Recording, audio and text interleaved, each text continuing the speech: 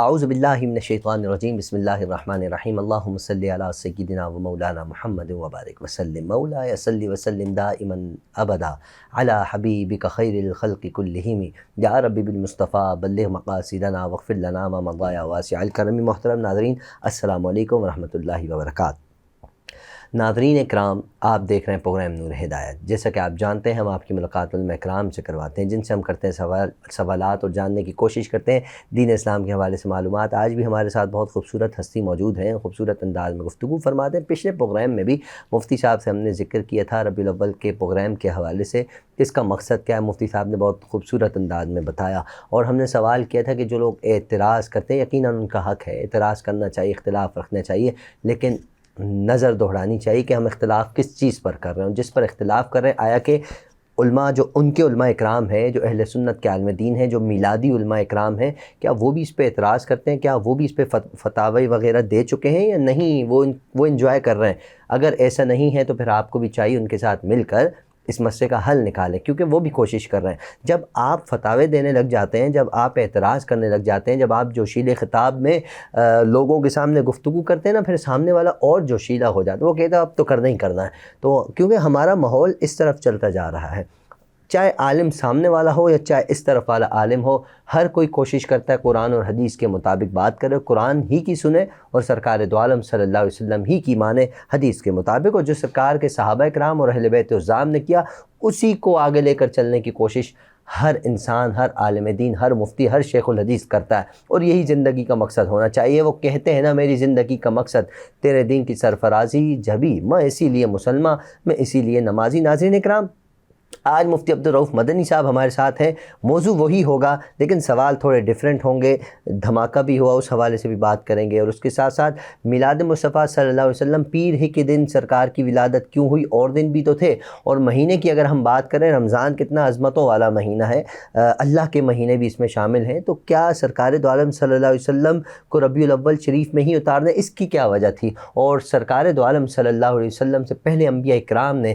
کس انداز میں حضور کی ولادت کا ذکر کیا؟ جب حضور دنیا میں تشریف لے آئے، جب آنے لگے، اس وقت کیا تاثرات تھے اس وقت کے لوگوں کے؟ مفتی صاحب سے ملاقات کرتے ہیں، سوال کا آغاز کرتے ہیں۔ مفتی صاحب السلام علیکم۔ وعلیکم السلام حضرت کیسے مزاج؟ خیریت سے؟ الحمدللہ، آپ سنائیے۔ اللہ کا احسان، ماشاء اللہ۔ حضرت بیج آپ نے بہت خوبصورت پہنا ہوا ہے، امامہ شریف، یہ ایک آپ کا ایک سلسلہ، آپ جب بھی تشریف لاتے ہیں تیاری کے ساتھ آتے ہیں، حضرت اس کی کیا خاص وجہ ہے؟ بس کوئی خاص وجہ نہیں ہے، حضور کا ذکر اتنی برکتوں والا ذکر ہے، میں سمجھتا ہوں کہ جب بھی آپ ذکر کریں تو خاص اہتمام کریں۔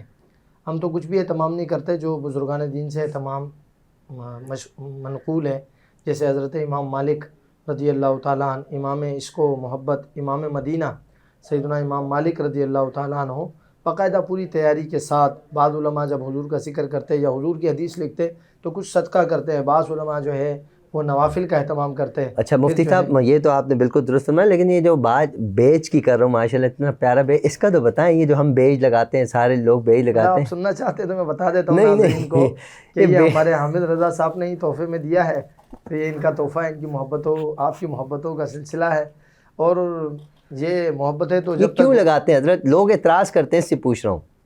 دیکھیں، کچھ نشانی ہونی چاہیے نا، پتہ لگنا چاہیے کہ بندے نے سجاوٹ کیوں کی ہے۔ دیکھیں، جب شادی ہوتی ہے کسی شخص کی تو دولہے کو سہرا کیوں باندھتے ہیں؟ اب کوئی بندہ اعتراض کر لے، اس لیے باندھتے تھے کہ پتہ لگے دھولا یہ ہے، ورنہ آج کل تو اتنی تیاری ہوتی ہے کہ بندہ کوئی کسی غیر کو سمجھ لے گا یہ دھولا ہے، تو اس لیے پتہ لگے دھولا۔ اب ہم یہ تیاری کر رہے ہیں، تو اس طرح کی تیاری تو ہم شادیوں میں بھی کرتے ہیں، عقیقے میں بھی کرتے ہیں، اپنے ایونٹس کے اندر بھی کرتے ہیں۔ تو جب ہم میلاد نبی یا حضور کے ذکر کی محفل سجاتے ہیں، بیج وغیرہ اس لیے لگاتے ہیں تاکہ دیکھنے والے کو یہ احساس ہو کہ یہ اپنے نبی کا ذکر کرنے کی نیت سے آج جو ہے نا سجاوٹ کی ہے۔ اچھا مفتی صاحب، کیونکہ میں یہ عرض اس لیے کر رہا تھا، جب میں سرکار دو عالم صلی اللہ علیہ وآلہ وسلم کے روزے پر حاضر ہوا تو میں نے ایک بیج پہنا ہوا تھا جس میں اللہ اسم محمد لکھا ہوا تھا صلی اللہ علیہ وسلم۔ تمہارے خوش نصیب جو موجود ہوتے ہیں ہم انہیں خوش نصیب ہی کہیں گے، وہ الگ بات ہے کہ اعتراضات بہت کرتے ہیں وہ لوگ۔ تو اس نے فوراً مجھے پاس بلایا، وہ پاس بلانا میرے لیے تو بڑا اچھا یوں رہا کہ میں نے سرکار کے روزے کو اور قریب سے جا کر دیکھا، وہاں آگے الاؤ نہیں ہے نا۔ اس نے مجھے شیخ ادھر آؤ، تو میں جب اس کے پاس گیا تو وہ مجھ سے باتیں کر رہے ہیں، میں جالیوں کے اندر غور غور سے دیکھ رہا ہوں. حالانکہ کچھ عشق والے ایسے بھی ہوتے ہیں جو جالیوں کی طرف نظر بھی نہیں کرتے. وہ کہتے ہیں ہماری قابل نہیں آنکھیں. شرم اسیاں سے نہیں سامنے جایا جاتا. کیا بات ہے, کیا کم ہے تیرے شہر. کیا بات ہے جی. لیکن کچھ لوگ ایسے, جب مجھے موقع ملا میں نے کہا حامد آج تو دیکھیے سرکار کی طرف, ہم جب کہتے ہیں پاکستان سے حضور نے بلا لیا تو مجھے لگا کہ وہ بھی حضور ہی نے بلایا, بیٹا تھوڑا سبحان اللہ میرے امتی تھوڑا قریب آ, تیری جالیوں کے پیچھے تیری رحمتوں کے سائے جسے دیکھنی ہو جنت وہ مدینے. واقعی جی وہ کیا بات ہے, جنت کا سما. تو اس نے مجھ سے لگا وہ باتیں کر رہا ہے, میں پھر اس نے مجھے یوں کیا, ہاں جی. میں نے کہا جی ہوتا ہے شعر کون, دل میں اللہ اس میں محمد لکھو, اللہ اس میں محمد دل میں رکھو, یہ سامنے کیوں لگا. اچھا اس کو شرک کہنے لگا. جی اس کو شرک, ہاں یہ عظیم تو اس نے نہیں کہا, شرکن ضرور کہا. اب شاید عظیم کچھ اور شرک کو کہتے ہیں. تو میں نے اس کو کہا اوکے, اس نے کہا اتارو ابھی. میں کہا اتار رہا ہوں. میں بیٹھ لے کر کے میں کہا اس بیچ کے بدولت میں نے روز رسول کو قریب سے دیکھ لیا. حضور کے سامنے بھی ہم دونوں جھگڑنے لگ جائیں, الجھنے لگ جائیں. بالکل میں نے حضرت بڑی عاجزی کے ساتھ, یہاں تو آواز بھی بلند نہیں ہونی چاہیے. بالکل. تو اس نے بھی اس چیز کو اعتراض بنایا. تو میں نے اس سے یہ سوال پیش کیا آپ کی خدمت میں, آپ نے بڑے اچھے انداز میں جواب دیا. اچھا ہمارا موضوع ہے میلاد مصطفیٰ صلی اللہ علیہ وسلم. اچھا حضرت کیا وجہ بنی کہ ربیع الاول شریف میں, کیونکہ تمام جہانوں کے سردار اللہ رب العزت کے بعد ایک ہی تو ہستی ہے سرکار دو عالم صلی اللہ علیہ وسلم, وہ ایسی ہستی ہیں کہ جن کے صدقے میں پوری کائنات بنی ہے. یقیناً جس مہینے وہ آئے ہیں وہ مہینہ بھی بڑا افضل بڑی شان والا ہوگا, لیکن اسلام کے اندر ہمیں جو بہت بڑی شان والا مہینہ ملتا ہے وہ ہے رمضان. رمضان اللہ کریم نے بہت عظمتوں والا مہینہ, اس کے اندر آپ کو شب قدر جیسی رات میسر آتی ہے, اور اس کے اندر آپ کو قرآن مجید کا نزول نظر آتا ہے. تو سرکار کو اسی مہینے میں دنیا میں اتارنا چاہیے تھا. تو کیا وجہ بنی ربیع الاول شریف کو؟ الحمدللہ والصلاة والسلام علی رسول اللہ, اما بعد فاعوذ باللہ من الشیطان الرجیم, بسم اللہ الرحمن الرحیم. وَإِذْ أَخَذَ اللَّهُ مِيثَاقَ النَّبِيِّينَ لَمَا آتَيْتُكُم مِّن كِتَابٍ وَحِكْمَةٍ ثُمَّ جَاءَكُمْ رَسُولٌ مُّصَدِّقٌ لِّمَا مَعَكُمْ لَتُؤْمِنُنَّ بِهِ وَلَتَنصُرُنَّهُ صدق اللہ مولانا العظیم. حامد بھائی, بعد از خدا بزرگ تو ہی قصہ مختصر. بے شک. اس بات سے اپنی گفتگو کا آغاز کروں گا. جب خدا کے بعد ہستی رسول اللہ کی ہستی ہے, اور پھر اللہ تعالیٰ نے اپنے آپ کو پردوں میں رکھا. اللہ کی بارگاہ میں ہم بات کر بھی کیا سکتے ہیں, صرف یہ کہ اس کی بارگاہ میں اس کے حبیب کا وسیلہ دے کر اس سے مانگ سکتے ہیں. وہ شانوں والا ہے, وہ برکتوں والا, وہ رحمتوں والا, ساری کائناتوں کو بنانے والا وہ ہے, ساری کائناتوں کو پالنے والا وہ ہے.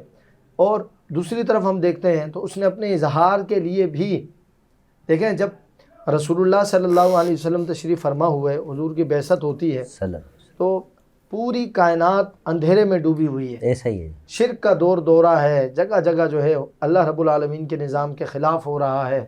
جن امتوں کو اللہ تعالیٰ نے نبی بھیجے تھے, جن کی طرف حضرت موسیٰ کو بھیجا علیہ الصلوۃ والسلام, حضرت عیسیٰ علیہ السلام کو بھیجا, وہ امتیں اپنے نبی کا پیغام بھلا چکی تھی. امت جو ہے وہ استحصال کا شکار ہو چکی تھی.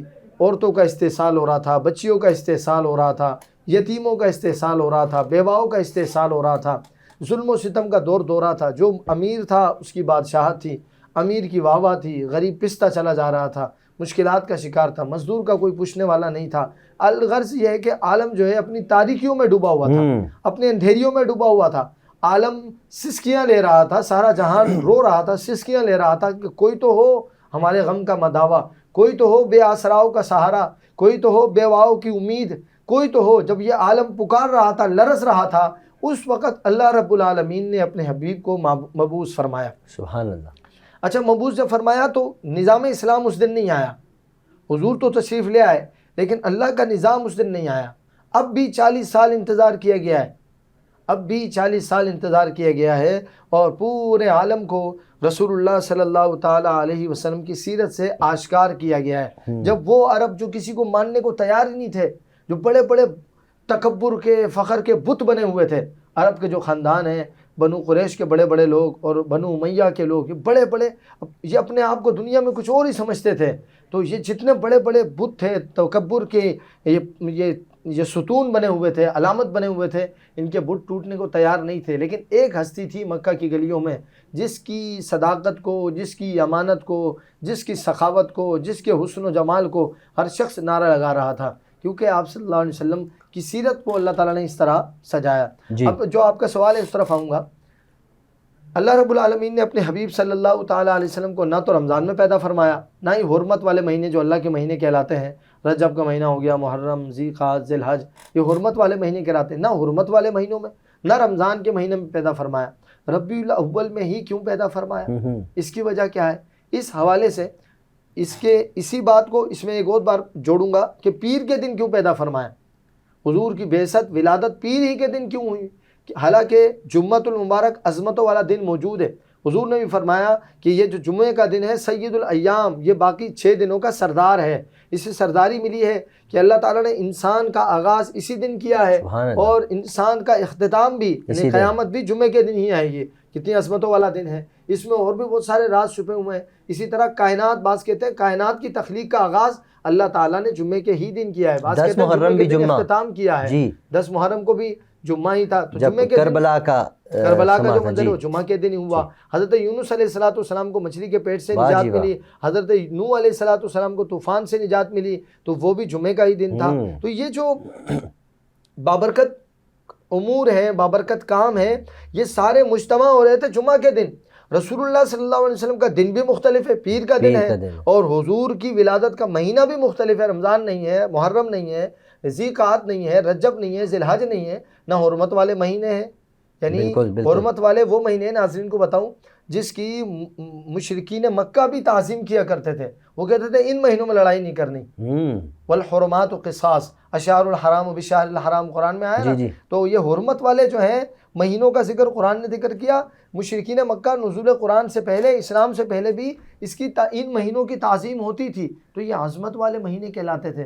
اللہ تعالیٰ نے اپنے حبیب کو نہ ان مہینوں میں بھیجا، نہ جمعۃ المبارک میں بھیجا۔ وجہ کیا ہے؟ وجہ یہ بتانے کے لیے کہ اے لوگو، اگر شیخ عبدالحق محدث دہلوی رحمۃ اللہ علیہ فرماتے ہیں کہ اگر حضور رمضان میں آتے یا حضور کو مبعوث فرمایا جاتا محرم میں، ذی القعدہ، ذی الحج یا رجب میں، تو لوگ کہتے ہیں یہ حرمت والا مہینہ تھا، اس مہینے کی برکت سے حضور پیدا ہوئے۔ حضور کو اللہ تعالیٰ نے ربیع الاول میں پیدا فرمایا تاکہ یہ کہا جائے کہ ربیع الاول کو جو برکتیں ملی ہیں وہ سرکار سے ملی ہیں۔ اور ہم دیکھتے ہیں کہ ربیع الاول کا مہینہ بالکل، اگر آپ حضور کی ولادت کے ذکر کو ہٹا دیں تو ربیع الاول کا مہینہ ایسے ہمیں سوکھا سوکھا نظر آتا ہے، مگر پوری کائنات میں، پوری دنیا میں ربیع الاول، اچھا ربیع الاول کا مہینہ بھی ایسا ہے، ربیع کا مطلب ہے بہار، معنی بھی بہار ہے، اور یہ پہلی بہار ہے جب کلیاں کھل جاتی ہیں، پھوٹ جاتی ہیں باغات میں، جب وہ خزاں آتا ہے نا، پت جھڑ کا موسم آتا ہے، پھر جو ہے بیج پھولنے لگ جاتے ہیں، پھلنے لگ جاتے ہیں، اور پودے اپنی شکل اختیار کر لیتے ہیں،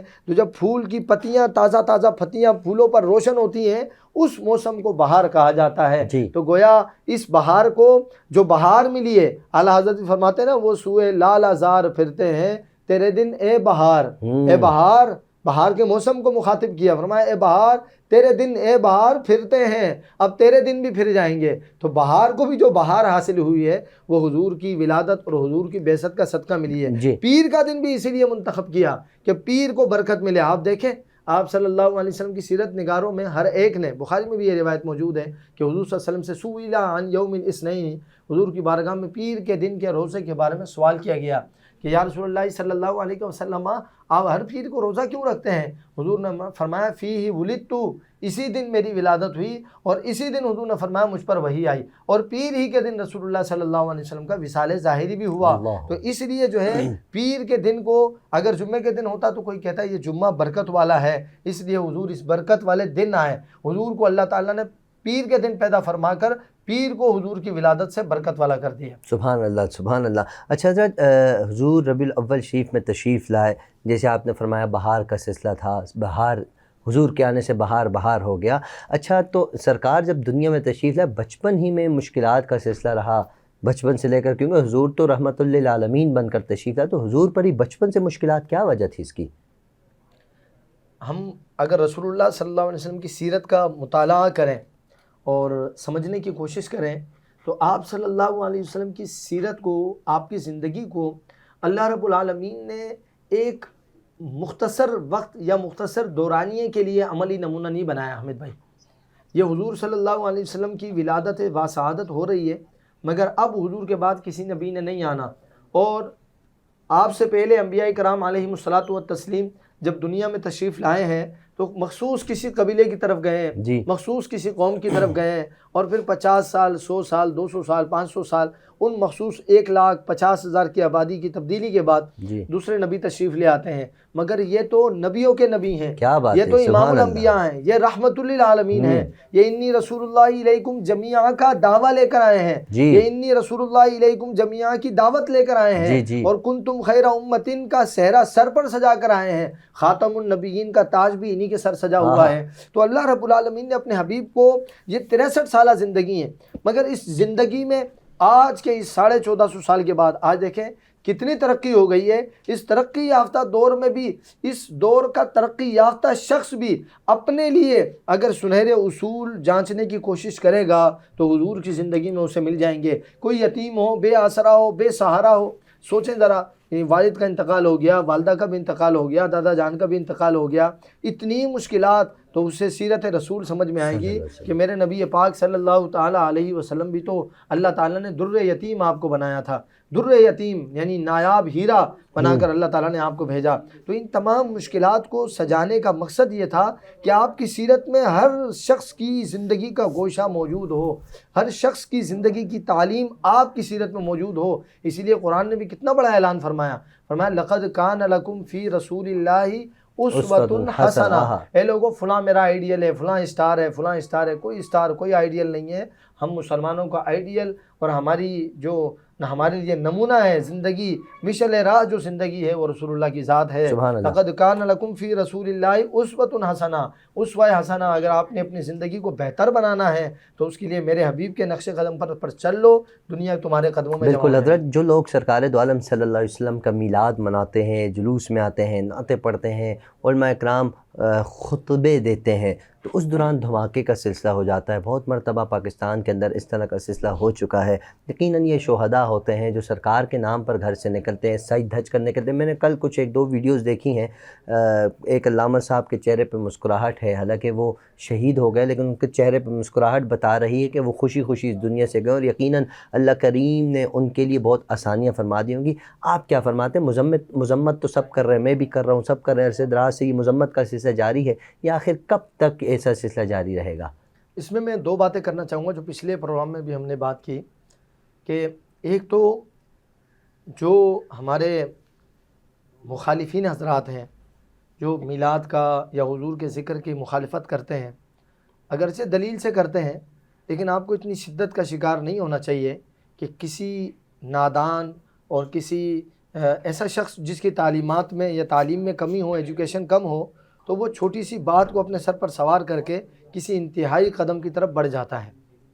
اس پر ایک تو ہمارے اس پر کوشش کرنی چاہیے کہ انتہائی قدم سے ہمیں بچنا چاہیے، اور نمبر 2 جو بات اہم ہے وہ یہ ہے کہ ہمارے جو ادارے ہیں ان کی ذمہ داری بنتی ہے کہ وہ بھرپور طریقے سے اس پر توجہ کریں اور اس چیز کی روک تھام کی کوشش کریں۔